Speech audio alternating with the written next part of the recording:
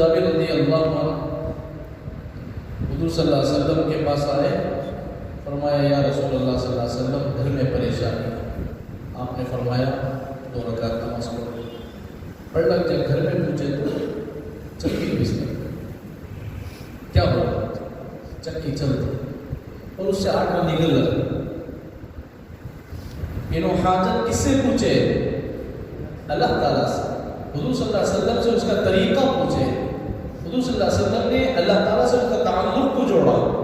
ان کے گھر میں رزق کی تنگی تھی اور انہوں نے اللہ سے لو لگائی، اللہ سے اپنے تعلقات کو جوڑا، پھر اللہ نے ان کو راستہ ہے نہیں۔ ہر چیز انہوں نے اللہ سے مانگی ہے۔ ہم لوگوں کو عادت نہیں ہے، اللہ ہمیں معاف فرمائے،